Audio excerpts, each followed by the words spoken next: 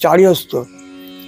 চারিহস্ত মানে পূর্ণ ভগবান যিনি, তিনি নিজের হাতের পা থেকে মাথা পর্যন্ত, আর এই আঙুলটা থেকে আঙুলটা পর্যন্ত নিজের হাতের 4 হাত পূর্ণ ভগবান যিনি, আর আমরা নিজের হাতে 3.5 হাত, তাই চারিহস্ত। চন্দ্রপুত্র, মনের অধিপতি দেবতা চন্দ্র, নিজের ইচ্ছা নিজেকে সৃষ্টি করেছেন, ইচ্ছাকৃতি অবতার, আমাদের মতন প্রাকৃতিক জন্ম নয়, তিনি অজন সম্ভব প্রত্যেকের জাতি। তা এই চন্দ্রপুত্র নিজের ইচ্ছা নিজে সৃষ্টি হয়েছেন, তদাত্মানং সৃজন্ম, নিজেকে নিজে সৃষ্টি করেছেন।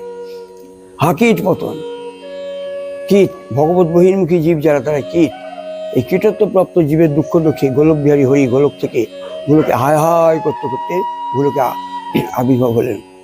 পতন মানে এখানে গোলকে আসা, গোলক থেকে ভুলকে আবির্ভাব, তাই হাকির পতন।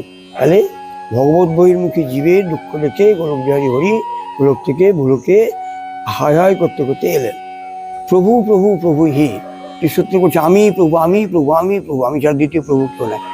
হে লাগিয়েছে নিগুড় সম্বন্ধ যার সঙ্গে থাকে, খুব কাছের যারা, তাদেরকে হে বলা হয়েছে।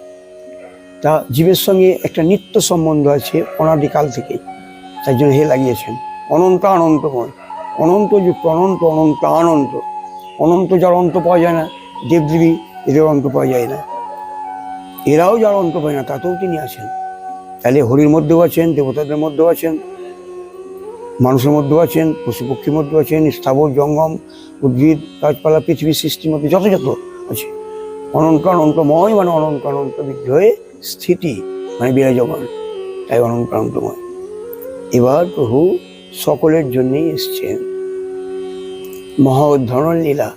তাহলে করুণার চরম পরাকাষ্ঠা এবার মহোদ্ধরণ আর হাকিট পতন।